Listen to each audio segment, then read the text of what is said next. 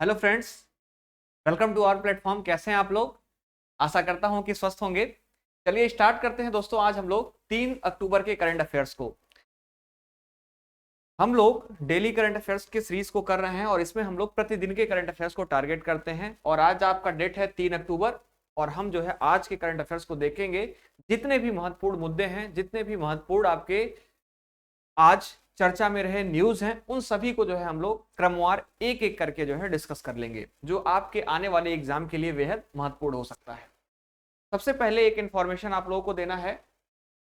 मैंने आपको बताया था कि एमसीक्यू मल्टीपल चॉइस क्वेश्चन के फॉर्मेट में हम लोग जो पिछले मंथ का करंट अफेयर्स है उसको टारगेट करेंगे। उसका एक प्रॉपर स्पेसिफिक वीडियो हम आपके लिए लेकर आएंगे, जिसमें पूरे मंथ के करंट अफेयर से रिलेटेड जो भी महत्वपूर्ण एमसीक्यूज हो सकते हैं उनको हम आपसे डिस्कस करेंगे। तो इस वीक के अंदर ही जो है आपको मिल जाएगा वह, और आप उसको जरूर देखिएगा। क्योंकि एक बार मैं और आपसे बताना चाहूंगा, इसके पीछे का रीजन यह है, फोर्सफुली मैं जो इस बात को आपसे बार बार बोल रहा हूं कि इसको जरूर देखिएगा, उसके पीछे का रीजन यही है कि इस एमसीक्यू में मानिए अगर यहाँ पर 100 क्वेश्चन आपके शामिल किए जाते हैं तो ये 100 क्वेश्चन बेहद महत्वपूर्ण होंगे जो पिछले मंथ का पूरा करंट अफेयर्स है उससे रिलेटेड। ठीक है, बहुत ही महत्वपूर्ण होंगे यह 100 क्वेश्चन। और यह 100 क्वेश्चन अपने आप में 100 टॉपिक होंगे, 100 न्यूज हो सकते हैं।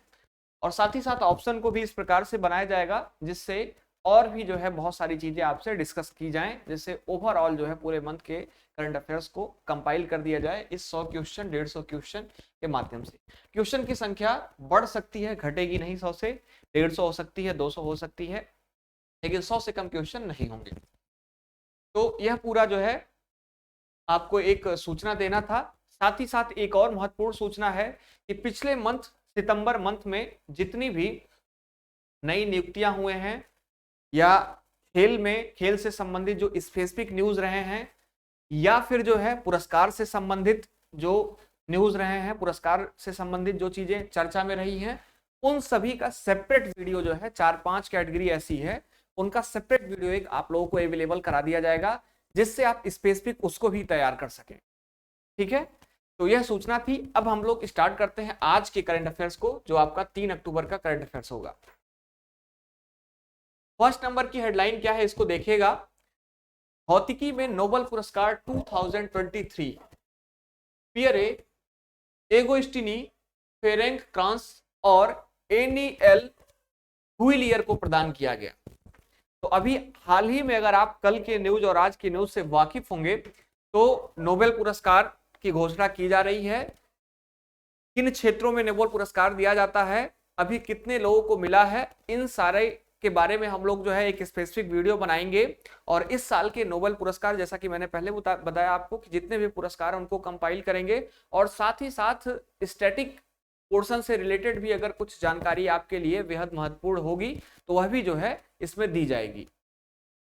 अभी आप यहां पर देखिए कि भौतिक में नोबेल पुरस्कार 2023 में जिनका जिनका नाम शामिल है, पियरे एंगोस्टिनी, फेरेंक टॉन्स और एनी एल हुइलियर, यह जो है प्रयोगात्मक तरीकों के लिए जो पदार्थ में इलेक्ट्रॉन गतिशीलता के अध्ययन के लिए प्रकाश के एटोसेकेंड पल्स उत्पन्न करते हैं। इस वर्ष में भौतिकी 2023 में नोबेल पुरस्कार विजेताओं और उनके प्रयोगों के लिए मान्यता दी जा रही है, जिन्होंने मानवता को परमाणुओं और अणुओं के अंदर इलेक्ट्रॉनों की दुनिया की खोज के लिए नए उपकरण दिए हैं। यह जो आपके साइंटिस्ट यह रहे हैं, पियरे एंगोस्टिनी, फेरेंक क्रांस और एनी एल हुइलियर ने प्रकाश की बेहद छोटी पल्स बनाने का एक तरीका प्रदर्शित किया है, जिसका उपयोग उन तेज प्रक्रियाओं को मापने के लिए किया जा सकता है जिनमें इलेक्ट्रॉन चलते हैं या ऊर्जा को बदलते हैं। ध्यान रखिएगा, इनका नाम, इनको जो है भौतिकी में नोबेल पुरस्कार 2023 प्रदान किया गया है। आगे बढ़ते हैं हम लोग अगले हेडलाइन की तरफ। नोबेल प्राइज 2023 के विषय में और देखिएगा। मैंने आपको बताया कि क्रमवार जो है जितने भी विजेता हैं हर कैटेगरी के, उनका नाम जो है आ रहा है। तो फिजियोलॉजी और मेडिसिन में नोबेल पुरस्कार कैटालिन कारिको और डू विस्मैन को mRNA, ठीक है, mRNA टीकों पर उनके अग्रणी काम के लिए प्रदान किया गया है, जिन्होंने कोविड-19 के खिलाफ लड़ाई में महत्वपूर्ण भूमिका निभाई है और उनकी खोजों में संक्रामक रोगों की रोकथाम और उपचार के तरीकों में क्रांतिकारी बदलाव लाने की क्षमता रही है। तो आप ध्यान रखिएगा इन दोनों लोगों का नाम, इनको जो है नोबेल प्राइज 2023 मिला है फिजियोलॉजी या मेडिसिन के क्षेत्र में। आगे बढ़ते हैं हम दोस्तों अगले हेडलाइन की तरफ। बेहद महत्वपूर्ण है, अभी हाल ही में आपने देखा होगा मालदीव में जो है राष्ट्रपति का चुनाव हो रहा था और उस चुनाव में दो व्यक्ति शामिल थे। प्रोग्रेसिव पार्टी ऑफ मालदीव यानी कि पीपीएम के उम्मीदवार जो थे उनका नाम है मोहम्मद मुइज्जू, और साथ ही साथ इसमें एक व्यक्ति और हैं जो जिनका नाम है इब्राहिम सोलही। यह जो है पहले भी राष्ट्रपति रह चुके हैं। यह दो लोग जो है इस चुनाव में थे और इसमें मोहम्मद मुइज्जू को जो है चुन लिया गया है राष्ट्रपति के लिए, ठीक है। तो ध्यान रखिएगा बेहद महत्वपूर्ण है, भारत के परिप्रेक्ष्य में मालदीव का लोकेशन भी आपके लिए बेहद महत्वपूर्ण है और साथ ही साथ इसके साथ राजनीतिक संबंध भी विशेष तौर पर हमारे बहुत अच्छे हैं। फिलहाल अगर हम देखें मोहम्मद मुइज्जू के बारे में तो यह जो है चीन के सपोर्टिव हैं काफी, और अगर बात करें यहाँ पर राष्ट्रपति इब्राहिम सोली की तो भारत से जो है इनके संबंध बहुत अच्छे रहे हैं और बहुत अच्छा जो है इन्होंने भारत के प्रति अपनी सहृदयता और बहुत सारी चीजों पर वो अग्रेसिव तरीके से काम किया है और अपनी जिम्मेदारी को एक संगठित राष्ट्र और एक जो है बिल्कुल राजनीतिक तरीके से व्यवस्थित करने में भी यह जो है सफल रहे हैं। लेकिन आगे देखिए मोहम्मद मुइज्जू का संबंध कैसे रहता है। मालदीव जो है हमारे लिए बहुत ही इंपॉर्टेंट है और इसकी लोकेशन भी हमारे लिए बेहद महत्वपूर्ण है, ठीक है। अगर आप यूपीएससी की प्रिपरेशन करते होंगे तो आप जानते होंगे कि इंटरनल सिक्योरिटी में आपको मालदीव के बारे में बार बार कई सारी चीजों पर डिस्कस कराया जाता है, इसलिए क्योंकि उसका सेंट्रिक लोकेशन जो है भारत के लिए बेहद महत्वपूर्ण है। आगे बढ़ते हैं हम लोग अगले हेडलाइन की तरफ। इंडोनेशिया ने दक्षिण पूर्व एशिया का पहला high speed railway bus launch किया है। तो इंडोनेशिया के राष्ट्रपति हैं जोको विडोडो, इनका नाम ध्यान रखिएगा। इन्होंने आधिकारिक तौर पर दक्षिण पूर्व एशिया के पहले हाई स्पीड रेलवे का उद्घाटन किया, जो देश के बुनियादी ढांचे के विकास के लिए एक महत्वपूर्ण मील का पत्थर है। महत्वाकांक्षी परियोजना जिसे वुस हाई स्पीड रेलवे के नाम से जाना जाता है, चीन की बेल्ट एंड रोड पहल का एक प्रमुख घटक है और दो महत्वपूर्ण इंडोनेशियाई शहरों के बीच यात्रा के समय को नाटकीय रूप से कम करने के लिए तैयार है। तो ध्यान रखिएगा इसको, यह भी आपके लिए बहुत महत्वपूर्ण है। अंतर्राष्ट्रीय न्यूज से अगर प्रश्न पूछा जाएगा तो आप इसको जरूर ध्यान रखिएगा, यह पूछा जा सकता है। भारतीय पुरुष फुटबॉल टीम ने सैफ अंडर 19 चैंपियनशिप जीत लिया है। आइए देखते हैं। भारत ने नेपाल के काठमांडू के दशरथ रंगशाला स्टेडियम में फाइनल शानदार प्रदर्शन करते हुए पाकिस्तान को 3-0 से हराकर दक्षिण एशियाई फुटबॉल महासंघ अंडर 19 चैंपियनशिप जीता और यह सैफ चैंपियनशिप में भारत का 8वां युवा खिताब था, जो उनके क्षेत्रीय वर्चस्व का स्पष्ट प्रमाण है। ध्यान रखिएगा फुल फॉर्म अगर आपसे पूछा जाए सैफ का तो ध्यान रखिएगा साउथ एशियन फुटबॉल फेडरेशन, यह आपसे पूछा जा सकता है, ध्यान रखने की आवश्यकता है। अगली हेडलाइन पर चलते हैं। अजय जडेजा को आईसीसी क्रिकेट विश्व कप 2023 में अफगानिस्तान क्रिकेट टीम के लिए मेंटर नियुक्त किया गया है। अफगानिस्तान क्रिकेट बोर्ड एसीबी ने भारत के पूर्व कप्तान रहे हैं अजय जडेजा, इनको 5 अक्टूबर को 19 नवंबर तक 5 अक्टूबर से लेकर 19 नवंबर तक भारत में होने वाले आगामी वनडे विश्व कप के लिए टीम मेंटर नियुक्त किया गया। आईसीसी पुरुष क्रिकेट विश्व कप 2023 के लिए अफगानिस्तान राष्ट्रीय क्रिकेट टीम के संरक्षक के रूप में अजय जडेजा की नई भूमिका टीम प्रबंधन द्वारा उन पर रखे गए भरोसे और उम्मीदों का प्रतीक है।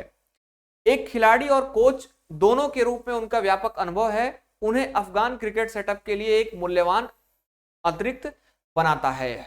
तो ध्यान रखिएगा अजय जडेजा जी के बारे में, जो आईसीसी क्रिकेट विश्व कप 2023 में अफगानिस्तान क्रिकेट टीम के लिए मेंटर नियुक्त हुए हैं। आगे बढ़ते हैं अगली हेडलाइन की तरफ। सुधा मूर्ति ग्लोबल इंडियन अवार्ड पाने वाली पहली महिला हैं। तो प्रसिद्ध लेखिका, परोपकारी और इंफोसिस के सह संस्थापक एनआर की पत्नी नारायण मूर्ति, सुधा मूर्ति को टोरंटो में एक भव्य इंडो कैनेडियन समारोह में कनाडा इंडिया फाउंडेशन द्वारा प्रतिष्ठित ग्लोबल इंडियन अवार्ड से सम्मानित किया गया है। और यह पुरस्कार, जिनका मूल्य जो है इतने डॉलर है, प्रतिवर्ष एक उत्कृष्ट भारतीय व्यक्ति को प्रदान किया जाता है जिसमें अपने संबंधित क्षेत्र में एक अमिट छाप वह छोड़े हों। तो इनका नाम ध्यान रखिएगा, सुधा मूर्ति का। सुधा मूर्ति जो है नारायण मूर्ति की वाइफ हैं और नारायण मूर्ति जो है इंफोसिस के संस्थापक और यह जो है सह संस्थापक रही हैं। ठीक है, एनआर की पत्नी है यह। ठीक है, सह संस्थापक रहे हैं जो नारायण मूर्ति हैं। नारायण मूर्ति के बारे में एक चीज और आप ध्यान रखिएगा, ऋषि सुनक को आप लोग जानते होंगे, अभी G20 सम्मेलन हुआ तो नारायण मूर्ति के ही जो है दामाद आप कह सकते हैं, नारायण मूर्ति के दामाद हैं वह जो ऋषि सुनक हैं। कहाँ के जो है प्रधानमंत्री हैं, आप यह जो है कमेंट बॉक्स में लिख कर बताएंगे। अभी G20 में आपने उनका नाम सुना होगा, उनको देखा भी होगा आपने। आगे बढ़ते हैं, वाइस एडमिरल तरुण सोबती ने नौसेना स्टाफ के उप प्रमुख के रूप में कार्यभार संभाला है। तो वाइस एडमिरल तरुण सोबती को 1 जुलाई 1988 को भारतीय नौसेना में नियुक्त किया गया था, जो एक ऐसी यात्रा पर निकले थे जो उन्होंने समुद्री क्षेत्र में एक प्रतिष्ठित नेता बनने में मदद करेगा। उन्होंने नेविगेशन और डायरेक्शन में विशेषज्ञता हासिल की, जो नौसेना संचालन का एक महत्वपूर्ण पहलू भी है। INS त्रिशंक मिसाइल बोट है। उन्होंने विभिन्न नौसैनिक प्लेटफॉर्मों को संभालने में अपनी क्षमता का प्रदर्शन करते हुए मिसाइल बोट INS निशंक की कमान संभाली है। तो ध्यान रखिएगा, वाइस एडमिरल तरुण सोबती को, इनको जो है नौसेना स्टाफ के उप प्रमुख के रूप में अभी नियुक्त किया गया है, इन्होंने इसका कार्यभार संभाला है। आगे बढ़ते हैं अगली हेडलाइन की तरफ। भारतीय वायुसेना हवा से हवा में मार करने वाली एस्ट्रा BVR मिसाइल को शामिल करने के लिए तैयार है। भारतीय वायुसेना IAF 2023 के अंत तक स्वदेशी Astra beyond visual range VVR, जिसको आप कहते हैं, हवा से हवा में मार करने वाली मिसाइल को शामिल करने के लिए अब तैयार है। भारतीय वायुसेना अपनी वायु रक्षा क्षमताओं को बढ़ाने की दिशा में महत्वपूर्ण प्रगति कर रही है और भारतीय वायुसेना ने इस उन्नत मिसाइल के लिए भारत डायनेमिक्स लिमिटेड यानी कि BDL के साथ अनुबंध किया है, जो आयात निर्भरता को कम करने और राष्ट्रीय सुरक्षा को मजबूत करने की दिशा में एक महत्वपूर्ण कदम है। तो ध्यान रखिएगा, यह भी हेडलाइन आप लोग बेहद महत्वपूर्ण है। अगली हेडलाइन जो है उसमें कुछ महत्वपूर्ण नियुक्तियां शामिल हैं। मैंने आपको बोला था कि जो अभी 2 तारीख और 3 तारीख में कुछ महत्वपूर्ण नियुक्तियां हुई हैं कुछ लोगों की, और कुछ जो है पुराना भी न्यूज है, उनको हम थोड़ा सा देख लेते हैं, मतलब 1 वीक का पहले का भी हो सकता है। यह बेहद महत्वपूर्ण है आप लोगों के लिए। सबसे पहले आप देखेंगे वनमाली अग्रवाल को, तो इनको जो है टाटा एडवांस सिस्टम का अध्यक्ष नियुक्त किया गया है। टाटा एडवांस सिस्टम का अध्यक्ष वनमाली अग्रवाल को यहां पर आप देख सकते हैं, यह है जो है वनमाली अग्रवाल। KN शांत कुमार को प्रेस ट्रस्ट ऑफ इंडिया यानी कि PTI बोर्ड का अध्यक्ष चुना गया है। तो यहां पर हैं KN शांत जी। डॉक्टर दिनेश दास को UPSC का नया अध्यक्ष नियुक्त किया गया है। तो ध्यान रखिएगा आप लोग, जो UPSC के नए अध्यक्ष नियुक्त हुए उनका नाम है डॉक्टर दिनेश दास। यहां पर आप सबसे नीचे जो है देख सकते हैं दिनेश दास को। आगे बढ़ते हैं, अगले हेडलाइन की तरफ चलते हैं अपने, या जो महत्वपूर्ण नियुक्तियां हैं उनको देख लेते हैं। भारत के पूर्व मुख्य न्यायाधीश यानी कि CJI NV रमन्ना को सिंगापुर अंतर्राष्ट्रीय मध्यस्थता केंद्र यानी कि SIEMC के अंतर्राष्ट्रीय मध्यस्थ पैनल के सदस्य के रूप में नियुक्त किया गया है। बेहद महत्वपूर्ण है। और NV रमन्ना का नाम आप ध्यान रखिएगा। न्यायमूर्ति प्रकाश श्रीवास्तव को राष्ट्रीय हरित प्राधिकरण NGT का अध्यक्ष नियुक्त किया गया है। ठीक है, नेशनल ग्रीन ट्रिब्यूनल का अध्यक्ष नियुक्त किया गया है न्यायमूर्ति प्रकाश श्रीवास्तव को। INS अधिकारी संजय कुमार अग्रवाल ने केंद्रीय अप्रत्यक्ष कर और सीमा शुल्क बोर्ड यानी कि CBIC के अध्यक्ष के रूप में अभी हाल ही में कार्यभार संभाला है। अगला पॉइंट जो आपका है वह है पूर्व भारतीय क्रिकेटर सचिन तेंदुलकर चुनाव आयोग यानी कि ईसी के राष्ट्रीय आइकॉन बनने और चुनावी प्रक्रियाओं में मतदाताओं की अधिक भागीदारी की आवश्यकता के बारे में जागरूकता फैलाएंगे। आप ध्यान रखिएगा सचिन तेंदुलकर का नाम। अगली हेडलाइन है गीतिका, या अगला जो है पॉइंट आपका है गीतिका श्रीवास्तव, जो वर्तमान में विदेश मंत्रालय यानी कि मिनिस्ट्री ऑफ एक्सटर्नल अफेयर्स के मुख्यालय में संयुक्त सचिव के रूप में कार्यरत हैं। अपने उच्च आयोग में भारत की नई प्रभारी यह होंगी, यह भी आप ध्यान रखिएगा। तो इतने जो है महत्वपूर्ण नियुक्तियां हैं, यह बेहद आपके लिए महत्वपूर्ण है। अभी इसको आपको ध्यान रखने की आवश्यकता है। साथ ही साथ मैंने जैसा कि आपको बताया अभी क्लास स्टार्ट होने से पहले कि सेपरेट इसका वीडियो आपको मिल जाएगा, जो न्यू जो है अनाउंसमेंट है किसी चीज को लेकर, या नई नियुक्तियां हैं, ठीक है, या फिर जो है आपके खेल से संबंधित, गेम से संबंधित जो न्यूज इस मंथ पिछले मंथ में आपके रहे हैं सितंबर मंथ में, या जो है पुरस्कार से या किसी सम्मान से संबंधित प्रश्न हैं, उनको जो है 15-15 मिनट में कंपाइल कर दिया जाएगा और आपको वह दे दिया जाएगा, जिससे आपको सुविधा हो, आप इजिली जो है वहां से सारी चीजों को एक बार जो है देख लें, जो कि आपको बार बार जो है प्रीवियस डेट में जाकर जो है एक एक चीज को ना देखना पड़े। आपके सहूलियत के लिए इस सारी चीजों को कंपाइल करके भी आपको दे दिया जाएगा। लास्टली मेरा आपसे यही कहना है कि अगर इसका पीडीएफ अभी भी आपको नहीं मिल पा रहा है तो मैं अभी भी आपको बता रहा हूं कि एक नंबर यहाँ पर है, इस नंबर पर आप 8130502762 इस पर आपको व्हाट्सएप मैसेज करना है।